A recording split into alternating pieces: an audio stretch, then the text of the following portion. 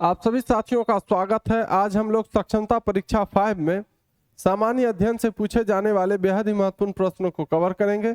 चलिए हम लोग स्टार्ट करते हैं। पहला सवाल हमारा कह रहा है कि राज्यसभा किसका प्रतिनिधित्व करती है? भारत की जनता का, भारत के राज्यों का, रियासतों का, या इनमें से कोई नहीं? तो राज्यसभा के जो सदस्य बनते हैं वो राज्यों के विधानसभा से चुनकर जाते हैं, है ना। तो वो भारत की जनता का डायरेक्ट प्रतिनिधित्व नहीं करते हैं, वो करते हैं भारत के राज्यों का, है ना। किसका करते हैं? भारत के राज्यों का। लोकसभा का जो सदस्य होता है वो भारत की जनता का प्रतिनिधित्व करते हैं, है ना। तो आपका पहला प्रश्न का सही उत्तर ऑप्शन नंबर बी हो जाएगा। ठीक है, चलिए अगले प्रश्न की ओर हम लोग बढ़ते हैं।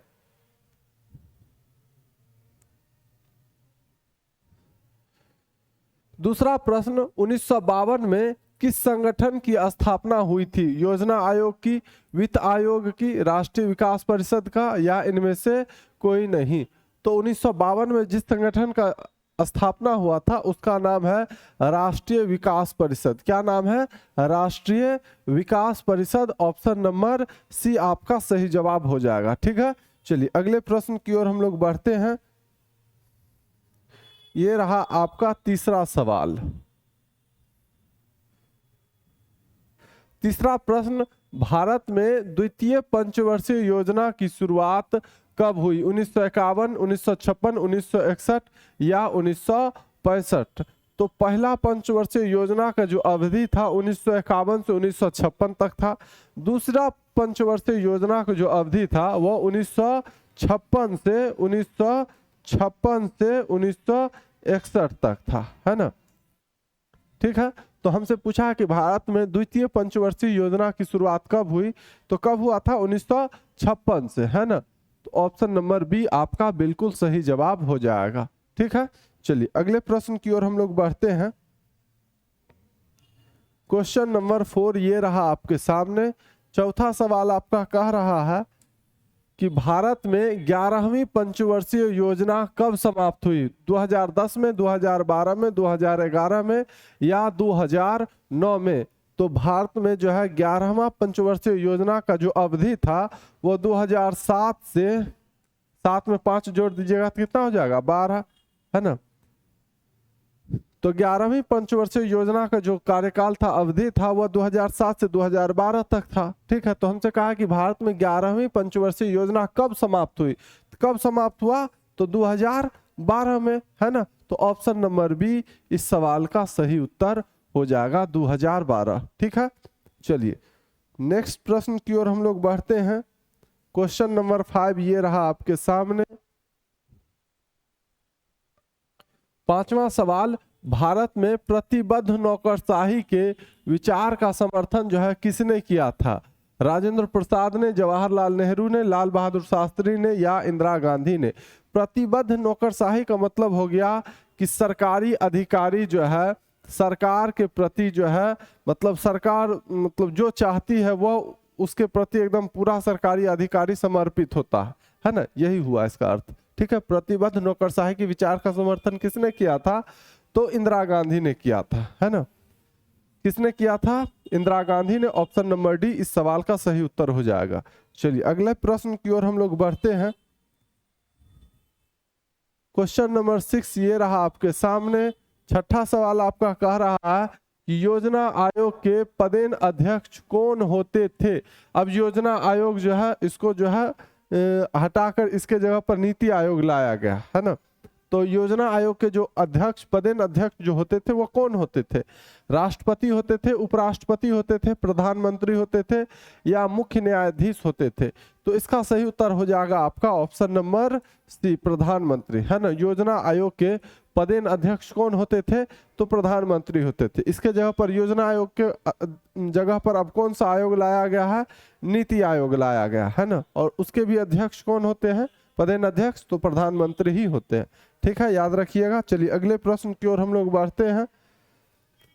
क्वेश्चन नंबर 7 ये रहा आपके समक्ष। सातवां सवाल आपका कह रहा है कि सामाजिक न्याय के साथ विकास जो है किस पंचवर्षीय योजना का उद्देश्य था? तीसरी पंचवर्षीय योजना, चौथी पंचवर्षीय योजना, पांचवी पंचवर्षीय योजना या छठी पंचवर्षीय योजना। तो सामाजिक न्याय के साथ विकास जो है किस पंचवर्षीय योजना का उद्देश्य था, तो वो था आपका पांचवी पंचवर्षीय योजना, है ना। और इसी पांचवी पंचवर्षीय योजना में जो है गरीबी हटाओ का नारा दिया गया था। ठीक है, याद रखिएगा, क्वेश्चन में आपसे अगर पूछ ले कि गरीबी हटाओ का नारा जो है किस पंचवर्षीय योजना में दिया गया था, तो पांचवी पंचवर्षीय योजना में जो है दिया गया था। ठीक है, चलिए नेक्स्ट प्रश्न की ओर हम लोग बढ़ते हैं। क्वेश्चन नंबर 8 ये रहा आपके सामने। योजना आयोग को समाप्त कर कौन सा आयोग बनाया गया। मैंने आपको पहले बताया था, है ना, आप आसानी से इसका जवाब दे दीजिएगा। नीति आयोग बनाया गया, वित्त आयोग या राज्य वित्त आयोग या इनमें से कोई नहीं। तो योजना आयोग को समाप्त कर कौन सा आयोग बनाया गया, नीति आयोग बनाया गया। कब बनाया गया, तो 2015 में। कब, 2015 में, है ना। योजना आयोग को 2014 में भंग कर दिया गया।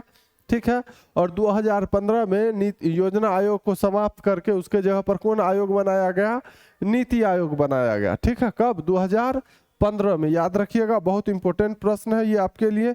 चलिए अगले प्रश्न की ओर हम बढ़ते हैं। क्वेश्चन नंबर 9 ये रहा आपके सामने।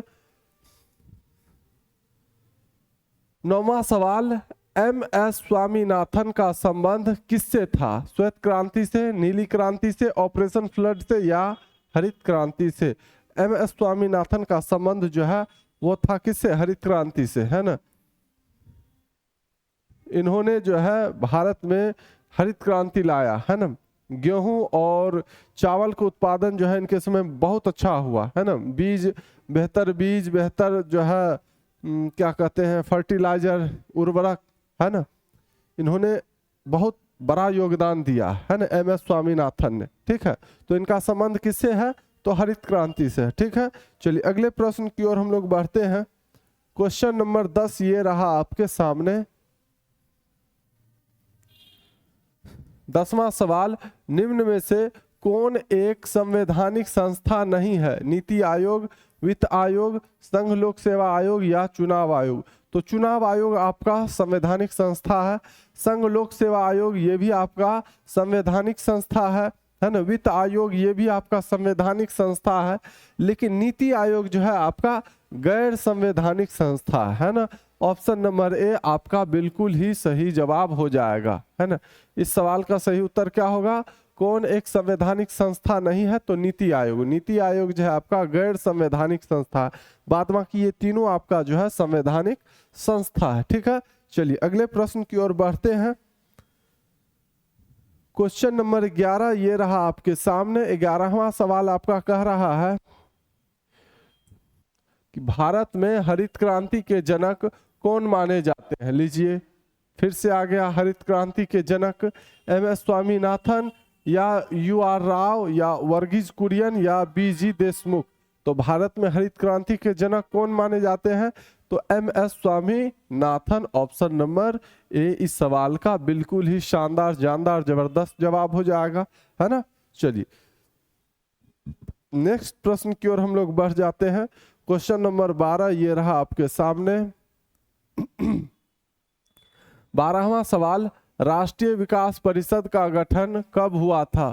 शुरू में ही मैंने यह प्रश्न कराया है ना, इसी सेशन में, सेट 7 में ही शुरू में पहला या दूसरा प्रश्न था राष्ट्रीय विकास परिषद से। तो राष्ट्रीय विकास परिषद का गठन कब हुआ था, 1950 में, 1951 में, 1952 में या 1953 में। तो जो साथी 1952 के साथ जा रहे हैं उनका जवाब बिल्कुल सही हो जाएगा, है ना। ऑप्शन नंबर सी इस सवाल का सही उत्तर हो जाएगा। राष्ट्रीय विकास परिषद का गठन कब हुआ था, तो 1952 में हुआ था। ठीक है, चलिए नेक्स्ट प्रश्न।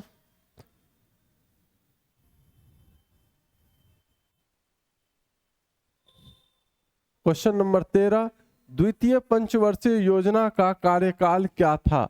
1951 से 56 ये तो आपका पहला पंचवर्षीय योजना का कार्यकाल है। 1956 से 61 ये आपका द्वितीय पंचवर्षीय योजना का कार्यकाल है ना। Option number B. और 61, 5, 66 ये आपका तृतीय पंचवर्षीय योजना का कार्यकाल है। ठीक है, तो द्वितीय पंचवर्षीय योजना का कार्यकाल पूछा था, कब से कब तक है, तो 1956 से 1961 तक। ठीक है, चलिए अगले प्रश्न की ओर हम लोग बढ़ते हैं। क्वेश्चन नंबर 14 ये रहा आपके सामने।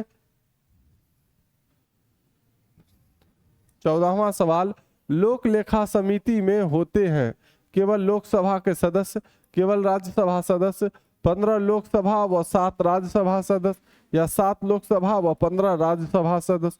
लोक लेखा समिति में जो है टोटल 22 सदस्य होते हैं। कितने? 22 सदस्य होते हैं, है ना। कितने सदस्य होते हैं? 22 सदस्य होते हैं, जिसमें से 15 सदस्य जो है आपका लोकसभा का होता है और 7 सदस्य राज्यसभा से होते हैं, है ना। ऑप्शन नंबर सी आपका सही जवाब हो जाएगा। और ये जो है लोक लेखा समिति के जो 22 सदस्य होते हैं, ये सरकार के खर्चों की जांच करते हैं। क्या करते हैं? सरकार जो खर्च करता है उसका जांच करते हैं, उसका लेखा जोखा करते हैं, ठीक है। चलिए ऑप्शन नंबर सी इस सवाल का सही उत्तर हो जाएगा। चलिए अगले प्रश्न की ओर हम लोग बढ़ते हैं। Question number 15। 15वां सवाल, मनरेगा कार्यक्रम की शुरुआत किसके शासनकाल में हुई? अटल बिहारी वाजपेयी के, इंद्र कुमार गुजराल के, मनमोहन सिंह के, या एचडी देवगौड़ा के शासनकाल में? तो मनरेगा कार्यक्रम की शुरुआत जो है कब हुआ था? तो 2005 में। किसके शासनकाल में? तो 2005 में कौन शासन कर रहे थे भारत में? तो भारत के प्रधानमंत्री कौन थे? मनमोहन सिंह, है ना। तो ऑप्शन नंबर सी आपका सही जवाब हो जाएगा, है ना। ऑप्शन नंबर सी, ठीक। चलिए अगले प्रश्न की ओर बढ़ जाते हैं हम लोग।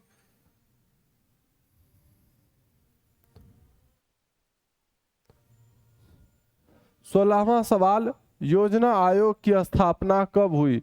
योजना आयोग को भंग करके जो है नीति आयोग बनाया गया, है ना। तो ये योजना आयोग की स्थापना हुआ था कब? 1950 में, 1952 में, 1955 में, या 1960 में? तो योजना आयोग का जो गठन हुआ था वो 15 मार्च 1950 को हुआ था, है ना।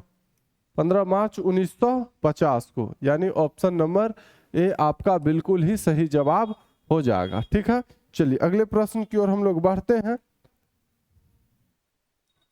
क्वेश्चन नंबर 17 ये रहा आपके सामने। 17वां सवाल आपका कह रहा है कि पंचवर्षीय योजना की अवधारणा कहां से ली गई थी?